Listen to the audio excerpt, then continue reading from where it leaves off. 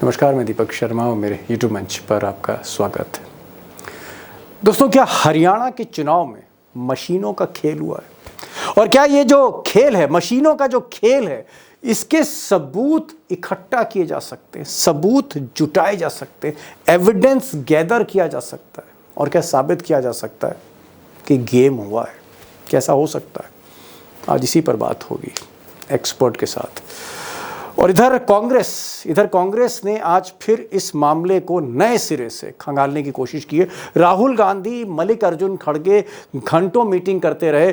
केसी वेणुगोपाल, अशोक गहलोत, भूपेंद्र हुड्डा, बड़े नेता जो कांग्रेस के, उनके साथ बैठकर घंटों बैठक हुई है, टेक्निकल टीम के साथ हुई है। और इस नतीजे पे कांग्रेस पहुंची है कि 20 ऐसी सीटें, 90 में, हरियाणा में 90 सीटें थी, 20 ऐसी सीटें हैं जहां उन्हें शक है कि मशीनों का खेल हुआ है, जहां पर बीजेपी जीती और कांग्रेस हारी। और इसीलिए ये चुनाव को अप्रत्याशित कहा जा रहा है कि भाई फैसला ऐसा कैसे आ गया।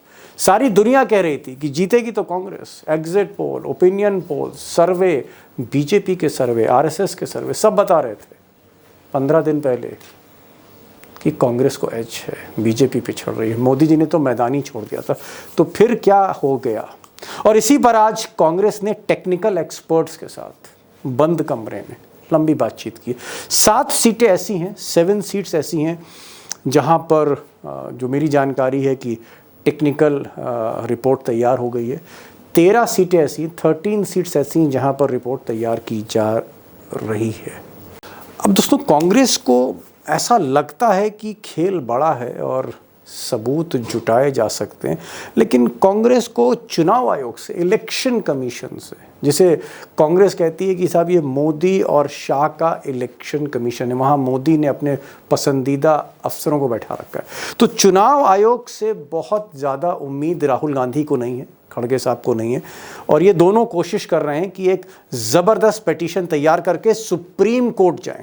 तो कांग्रेस बहुत जल्दी साक्ष्य इकट्ठा करके सुप्रीम कोर्ट जाना चाहती है, और वैसे भी एक निश्चित समय में, चुनाव की काउंटिंग होने के बाद एक निश्चित समय में सुप्रीम कोर्ट जाना होता है, क्योंकि मशीनें तब तक सील रहेंगी जब तक सुप्रीम कोर्ट कोई फैसला नहीं सुनाता। बहरहाल इस पर बात करेंगे, लेकिन आज एक एक्सपर्ट होंगे आपके सामने कुछ ही देर में। और ये जो एक्सपर्ट हैं, अरुण कुमार अग्रवाल, वाकई एक्सपर्ट हैं, क्योंकि इन्होंने नाक में दम कर रखा है। अग्रवाल साहब ने सीनियर एडवोकेट हैं, टेक्निकल पर्सन भी हैं, बेंगलोर में रहते हैं, और जो वीवीपैट और ईवीएम उस पर जो पिटीशंस हुई वो अग्रवाल जी की हैं, अग्रवाल साहब की। इलेक्टोरल बॉन्ड का जो खेल था, अग्रवाल साहब ही थे। तो देश में इस तरह के जितने भी मामले हैं, चाहे वो सेबी से मोर्चा लेना हो, चाहे शेयर बाजार के घपलों से लड़ना हो, चाहे फिर ईवीएम और चुनाव आयोग उनसे निपटना हो, अग्रवाल साहब, तो इनको मैं सैल्यूट करता हूं। और आज इनसे बहुत सी चीज़ें पूछनी है। मुझे एक चीज़ पूछनी है बस अग्रवाल साहब से, कि क्या साक्ष्य इकट्ठे किए जाते हैं? हमें तो बरसों हो गए सुनते हुए कि साहब मशीन में गड़बड़ है, बैटरी चेंज कर देते हैं, मशीन बदल देते हैं, ये सब धांधली होती, लेकिन क्या सबूत इकट्ठे किए जा सकते हैं? एविडेंस। और अगर एविडेंस इकट्ठे हो गए दोस्तों, तो समझ लीजिए फिर इससे बड़ी खबर नहीं कोई। तो हम आज अरुण कुमार अग्रवाल से पूछेंगे कि कांग्रेस को करना क्या चाहिए। अगर गड़बड़ है तो क्या बूथ में अगर कोई गड़बड़ है और मशीन का नंबर, सीरियल नंबर है, वोटिंग लिस्ट आपके पास है, तो क्या वोटर तक पहुंच के इस खेल को खोला जा सकता है? सुनिएगा, बहुत इंपॉर्टेंट प्रोग्राम है आज। अब दोस्तों, अग्रवाल साहब तो आज खुलासा करेंगे, सारी कच्ची पक्की बातें बताने जा रहे हैं आपको, टेक्निकल एक्सपर्ट भी हैं। लेकिन पहले कांग्रेस की बात कर लेते हैं, थोड़ा सा रिकैप कर लेते हैं, मुझे 2 सेकंड दीजिए। कांग्रेस का ये मोटा मोटा जो इल्ज़ाम है वो ये है कि 90 में से 20 सीटों पे जो है वो गड़बड़ हुआ है, मशीनों का खेल हुआ है, जहाँ बीजेपी को जिताया गया है, ये कांग्रेस का कहना है। और 7 सीटों पर, इन 20 में से 7 सीटों पर रिपोर्ट कांग्रेस ने तैयार कर ली है, टेक्निकल रिपोर्ट तैयार हो गई है। 13 सीटों पर टेक्निकल टीम रिपोर्ट तैयार करेगी, और ये जो टेक्निकल टीम है वो सीधे सुपरवाइज कांग्रेस अध्यक्ष मल्लिकार्जुन खड़गे और राहुल गांधी कर रहे हैं। आज मीटिंग में यही फैसला लिया गया था।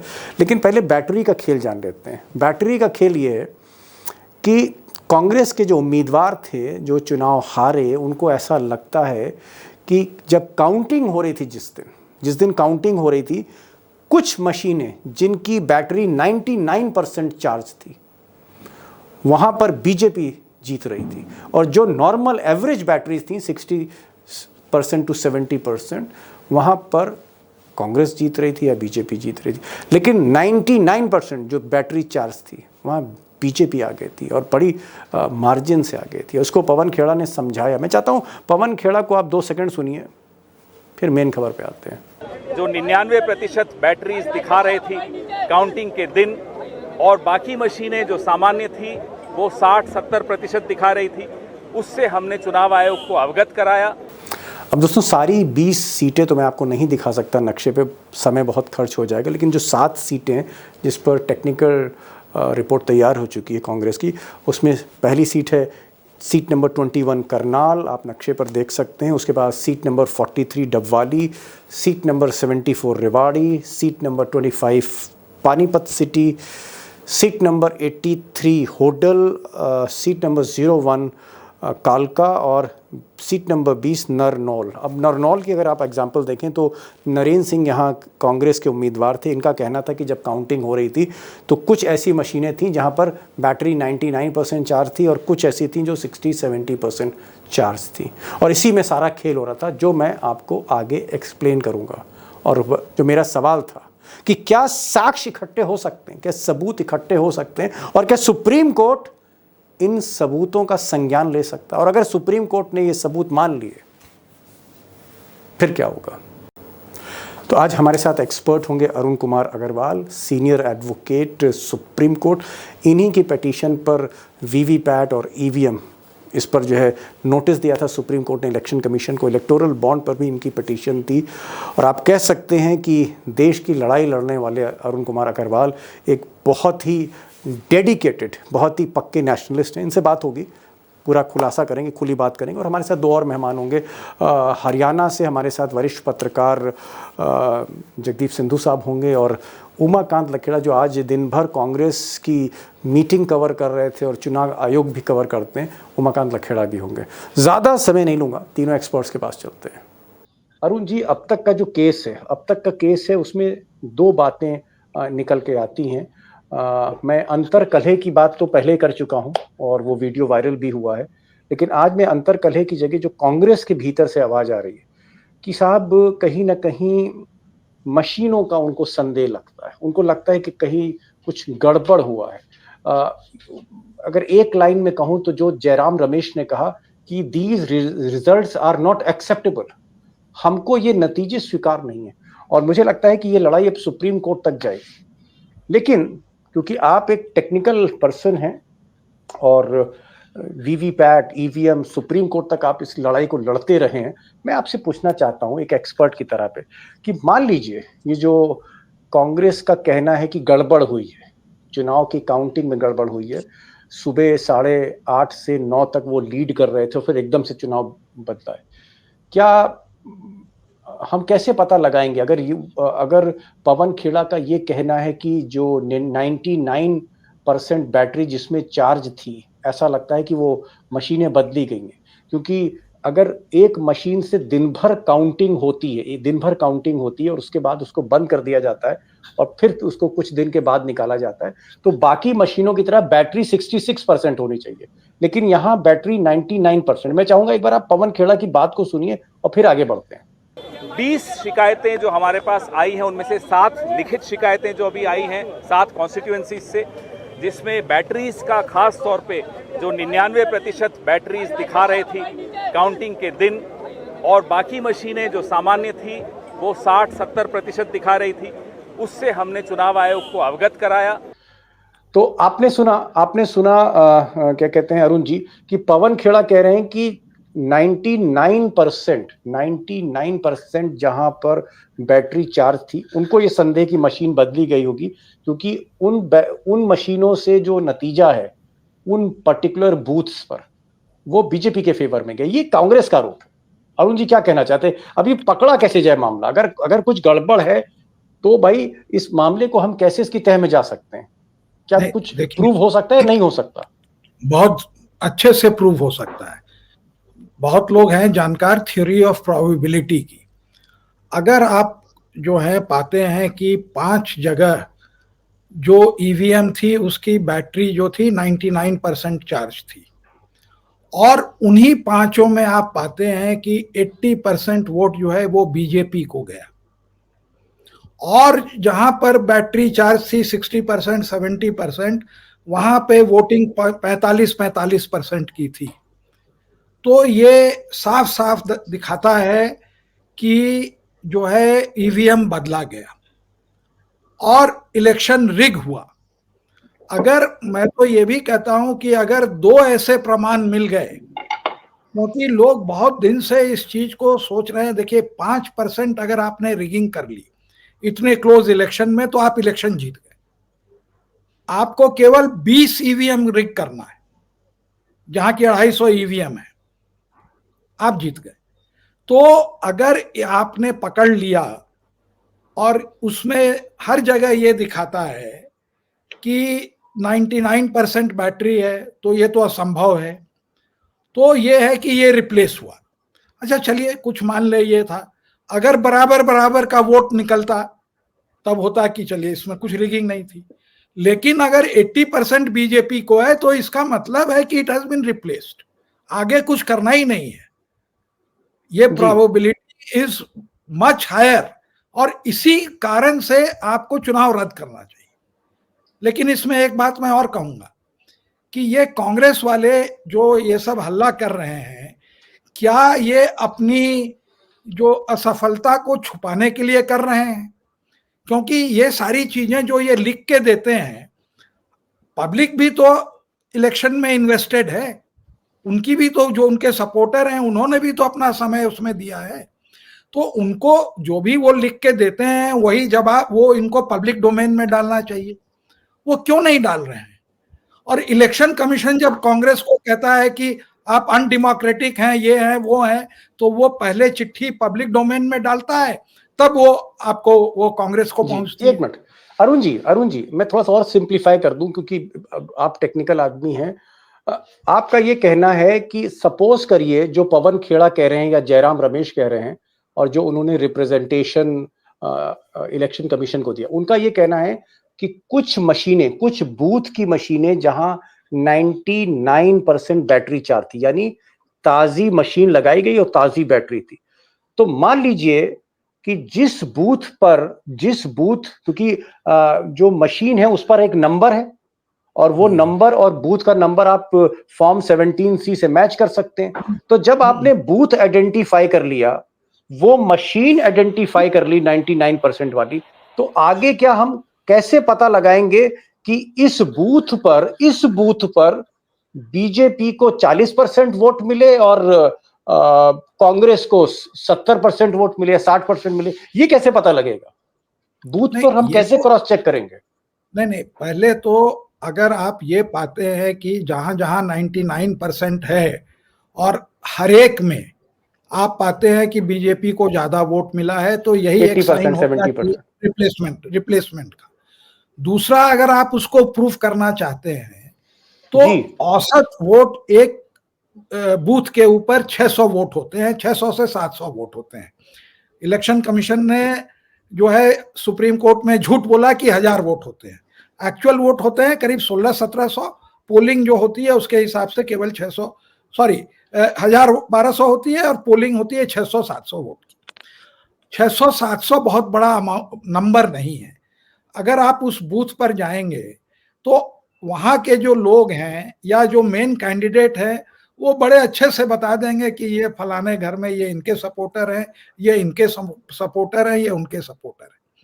क्योंकि पॉलिटिक्स डिस्कस होती है, सब एक दूसरे के बारे में जानते हैं। गांव घरों में जब डिफरेंस होता है तो लोग जानते हैं कि ये कांग्रेस की पॉकेट है, ये बीजेपी की पॉकेट है, इस गली में कांग्रेस के वोटर रहते हैं, ये सबको पता रहता है जी। हाँ, तो आप उन लोगों से एफिडेविट ले सकते हैं। अच्छा, और हाँ, केवल 700-800 लोग, मेहनत ये लोग नहीं करना चाहते ना। कोई भी चीज अगर आपको बियॉन्ड रीजनेबल डाउट, एफिडेविट लेंगे, उनसे हलफनामा लेंगे, एफिडेविट लेंगे कि हम ओथ पे कहते हैं। और अगर आप कहते हैं झूठे तो उनकी एक्टिविटी बता देगी ना। अगर आप अपना व्हाट्सएप फोन उठाएंगे और अगर आप बीजेपी के सपोर्टर हैं और खोलेंगे तो आपको सारा बीजेपी का मटेरियल मिलेगा। अगर आप कांग्रेस के सपोर्टर हैं तो दूसरे तरह का मटेरियल मिलेगा। तो अगर किसी को डाउट है कि कौन किसका सपोर्टर है तो उससे तो आपको गांव में और वो एफिडेविट भी दे रहा है कि हमने जो है इनको वोट किया। चलिए आप ये कह सकते हैं कि प्रेशर में उसने दे दिया, बैलेट सीक्रेट है, तो हम ये प्रणाली क्यों करें। एज फार एज पॉसिबल पहले तो आपने अगर रिगिंग करी और हर एक में ये देखा गया कि आपने रिप्लेस कर दिया और बीजेपी को गया तो वही एक प्रूफ हो गया। उसके आगे आपको कुछ प्रूफ ही नहीं करना है। मैं अरुण जी इसको सिंप्लीफाई कर रहा हूं, अगर मैं गलत हूं तो आप एक्सपर्ट हैं, मुझे सही कर दीजिएगा। आपने जो कहा मैं ये समझ रहा हूं और दोस्तों को समझाने की कोशिश कर रहा हूं। मान लीजिए एक बूथ है जिसमें 600 वोट पड़े, आपने कहा 600 से 700 वोट पड़ते हैं हर बूथ पे, तो 600 वोट पड़े, एक बूथ है ए, और वो जो लोकेलिटी है वहां पर मान लीजिए कांग्रेस के वोटर रहते हैं। आप कह रहे हैं कि 600 लोगों के पास कांग्रेस के कार्यकर्ता जाएं, उनसे हलफनामा लें कि भाई आपने क्या आप हलफनामा देने को तैयार हैं। अगर पब्लिक ने कहा कि नहीं साहब हमने कांग्रेस को वोट दिया था, मान लीजिए उन 600 जो वोट पड़े उसमें से 400 लोग कहते हैं हलफनामे पे कहते हैं कि हमने कांग्रेस को वोट दिया था, तो ये जो 400 वोट हैं ये एक साक्ष्य बनेंगे, क्योंकि मशीन में कांग्रेस के सिर्फ 100 वोट निकले। तो हलफनामा 400 का और मशीन पे अगर 100 वोट कांग्रेस के जा रहे हैं तो इसका मतलब सुप्रीम कोर्ट में केस कंटेस्ट हो सकता है, ये आप कहना चाह रहे हैं? बहुत अच्छे से हो सकता है। सबसे पहले तो ये बैटरी वाला 99% दो स्टेप है ना प्रमाण का। पहला है कि जहां 99% है, ये क्या कोइंसिडेंस है कि हर एक में बीजेपी आगे? अगर ये बात सही है तो जो उनके एलिगेशन है, तो कुछ में कांग्रेस आगे होनी चाहिए थी। एक जो रैंडम सिलेक्शन प्रोबेबिलिटी का होता है उसके अंदर में अगर मान ले 6 जगह ऐसे गड़बड़ गोलमाल होता है तो आपको बराबर बराबर वोट दिखने चाहिए थे। परसेंटेज 45% है दोनों तरफ का जी। तो ये तो नहीं हो जाएगा कि जहां 99% है वहां पर 80% हो जाएगा। यही एक प्राइमा फेसी प्रूफ है कि आपने इलेक्शन रिगिंग करी है, इसके आगे कुछ जानने की जरूरत ही नहीं।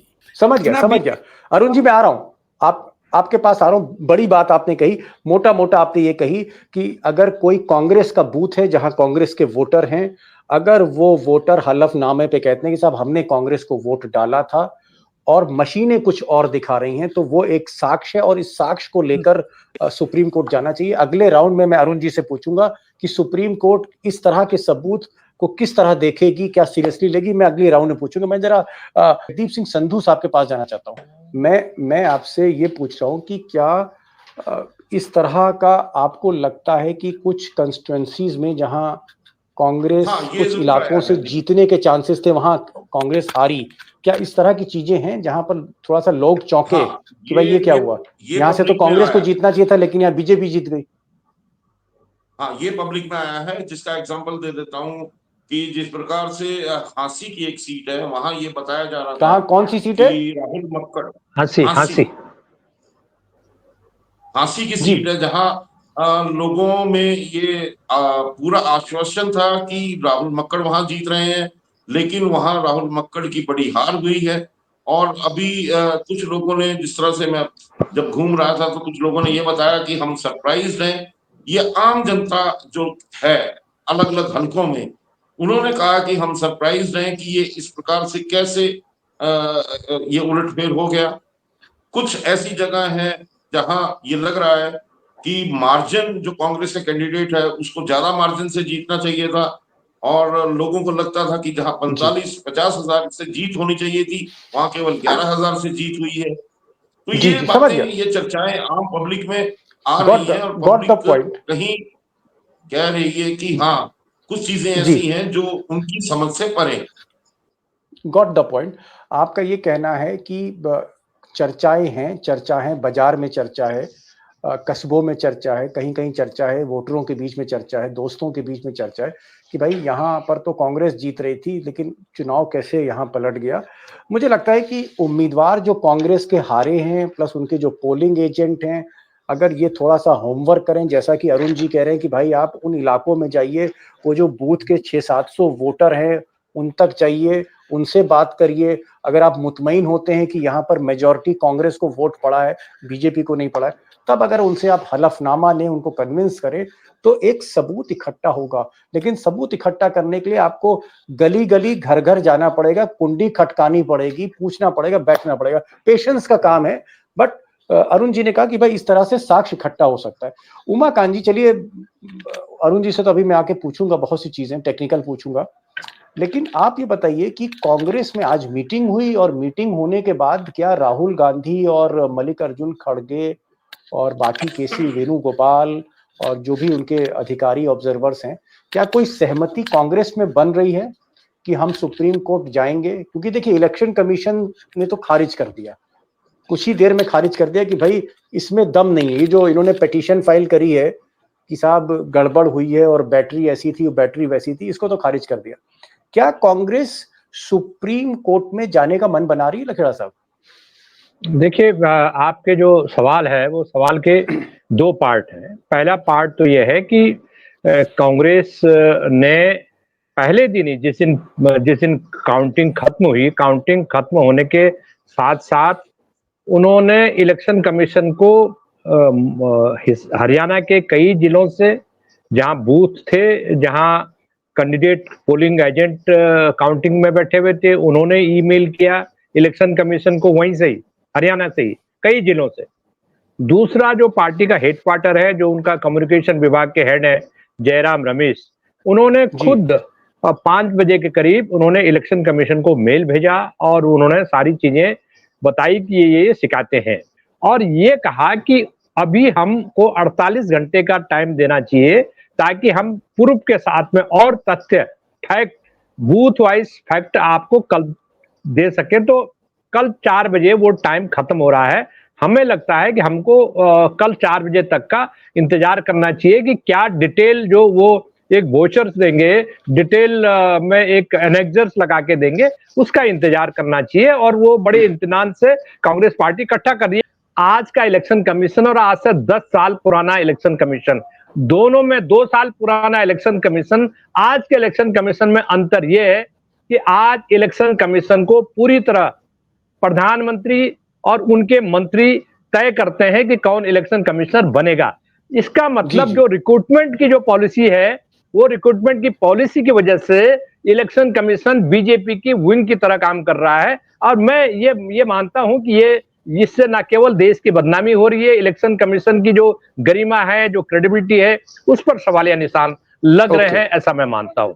जी, आपका ये कहना है कि अगर कांग्रेस जो वहां पर एक लीडिंग प्रिंसिपल अपोनेंट थी बीजेपी की और जिसने 37 सीटें हासिल करी 90 में से, उसकी बात सुननी चाहिए थी। इतनी जल्दबाजी जवाब देने में इलेक्शन कमीशन को नहीं करना चाहिए था। मैं अरुण जी के पास आ रहा हूँ। अरुण जी, मैं फिर आपसे उसी सवाल पर बात करूंगा जो आपने कहा कि भाई प्रोसेस क्या होना चाहिए। आप कह रहे हैं कि अगर कांग्रेस को शक है कि किसी पर्टिकुलर बूथ पर, किसी मशीन पर उनके वोट कम दिखाए जा रहे हैं, बीजेपी के ज्यादा दिखाए जा रहे हैं, तो उनको घर घर जाके लोगों से बात करनी चाहिए, उनसे सर्वे करना चाहिए और उसके बाद हलफनामा लेके, अगर उनको लगता है कि अगर कांग्रेस को वहां वोट मिले 100 लेकिन 300 लोग खड़े हो गए हाथ उठा के, साहब हमने वोट दिया था, ये हमारा वोटर आईडी कार्ड है, इतने बजे हमने वोट डाला, और इस तरह के अगर 300 लोग हैं और वोट पड़ रहे हैं 100,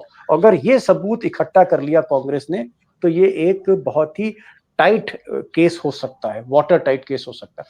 मैं एक चीज पूछ रहा हूं कि अगर मान लीजिए आपके कहने पर, हो सकता है राहुल गांधी ये प्रोग्राम देख रहे हो और फिर वो अरुण साहब से फोन करें, हो सकता है लखेड़ा साहब से नंबर मांगे कि भाई जरा लखेड़ा जी अरुण जी का नंबर दीजिए, और फिर आपसे बात हो और राहुल गांधी कहें कि अरुण जी आइए, और फिर आप उनको समझाएं और फिर आपके कहने पर पवन खेड़ा वहां पूरी फोर्स लगाएं और जो भी उम्मीदवार पोलिंग एजेंट है, और मान लीजिए कि उस बूथ से 300 लोग निकल आए, 300 लोगों ने हलफनामा दे दिया कि हमने साहब कांग्रेस को वोट किया था, और वोट उस मशीन से निकले 100, तो क्या ये एविडेंस सुप्रीम कोर्ट में जब रखा जाएगा, दैट इज माय क्वेश्चन यहां से स्टार्ट होता है, क्या सुप्रीम कोर्ट इस एविडेंस का संज्ञान लेगी और इस एविडेंस को आप कितना प्योर मानते हैं? देखिए शर्मा जी, ये सुप्रीम कोर्ट एविडेंस अगर मान ले कहती है कि भाई हम कोर्ट ऑफ रिकॉर्ड हैं, हम यहाँ पे एविडेंस नहीं लेते हैं, लेकिन आप याद करिए कि जब पंजाब में मेयर का जब वो चुनाव हुआ था, जब गड़बड़ हुआ, तो जो वीडियो पर आया उसी पर तो उन्होंने सुओ मोटो एक्शन लेके कार्रवाई करी कि जिसने वो गड़बड़ कर दिया।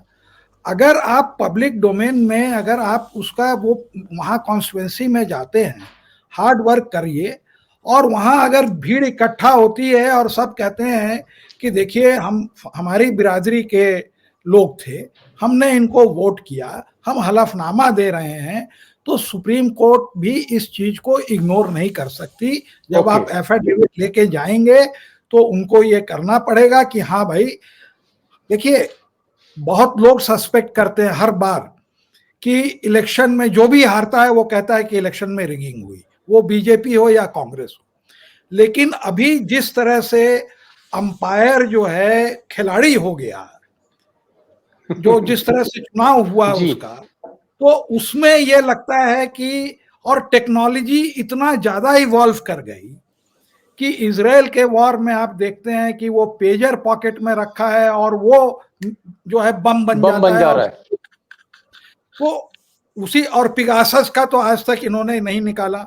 तो हर चीज में आदमी को सस्पिशन है, और अगर लोगों को ये लगता है कि हमारा वोट जो है इधर से उधर हो रहा है, और सुप्रीम कोर्ट भी बहुत हद तक इसमें वो उनको समझ में नहीं आता है, जैसे सिंबल लोडिंग यूनिट एक चीज है, उसको उन्होंने सील करने के लिए तो कर दिया, लेकिन ये नहीं कहा कि इसका वेरिफिकेशन होगा, जबकि सिंबल लोडिंग में ही लोग कहते हैं कि गोलमाल होता है कि हर तीसरा वोट चला जाता है।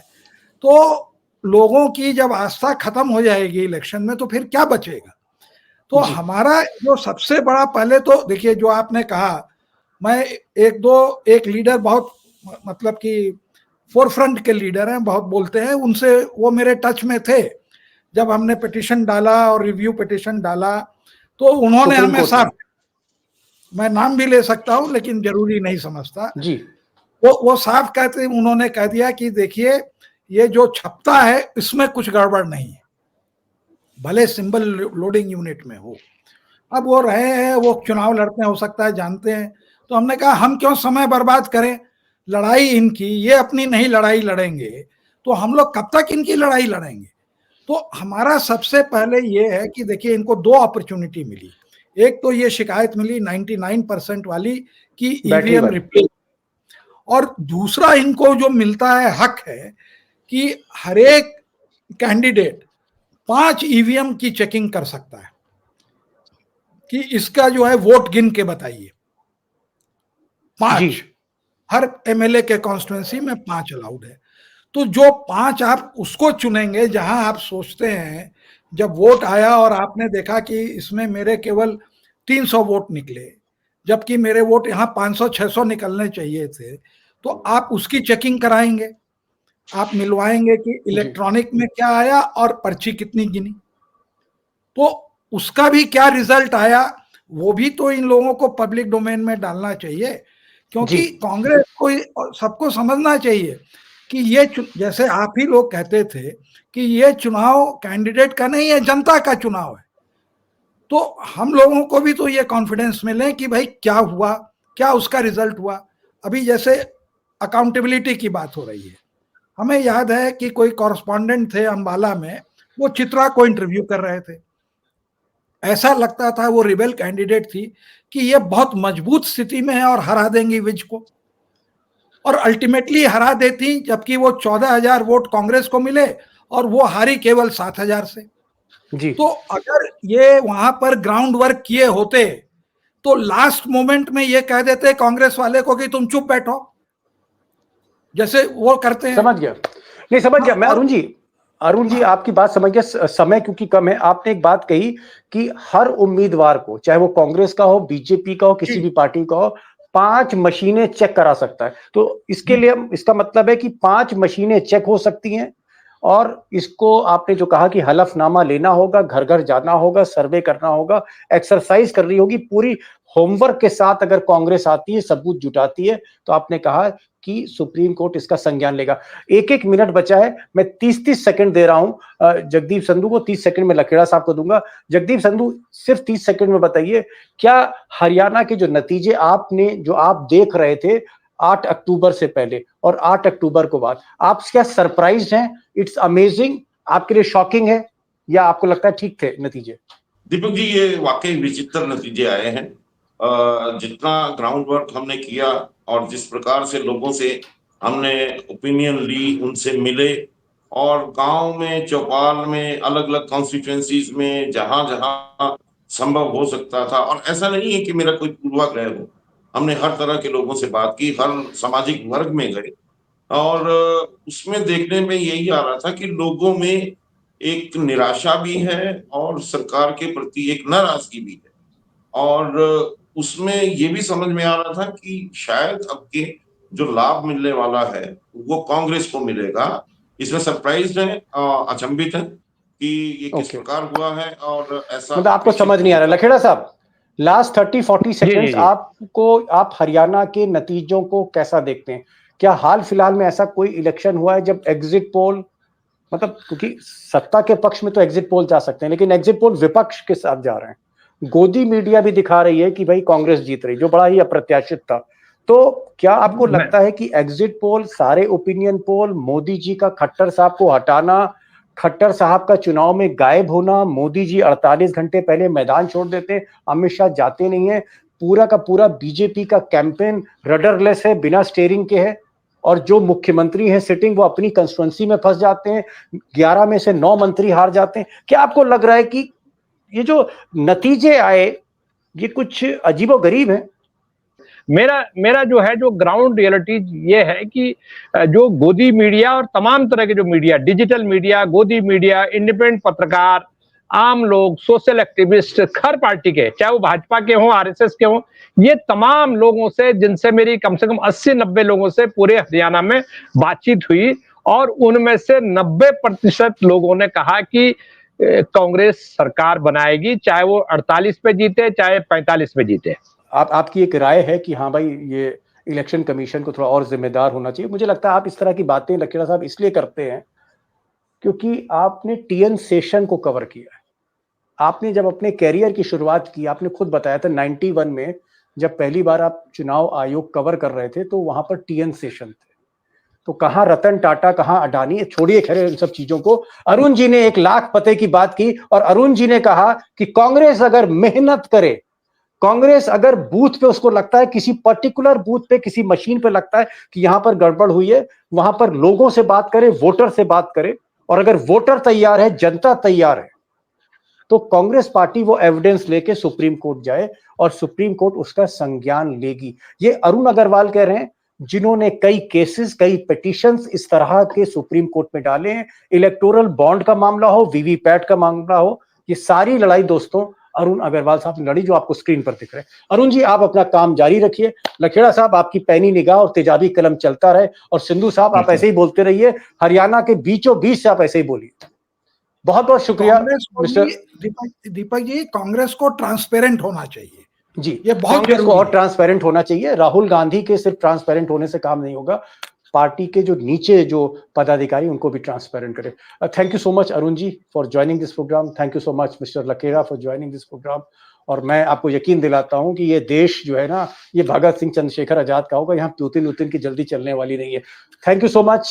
हिसार से आप ज्वाइन किए सिंधु साहब, thank you so much, thank you so much, thank you so much. हो जाएगा।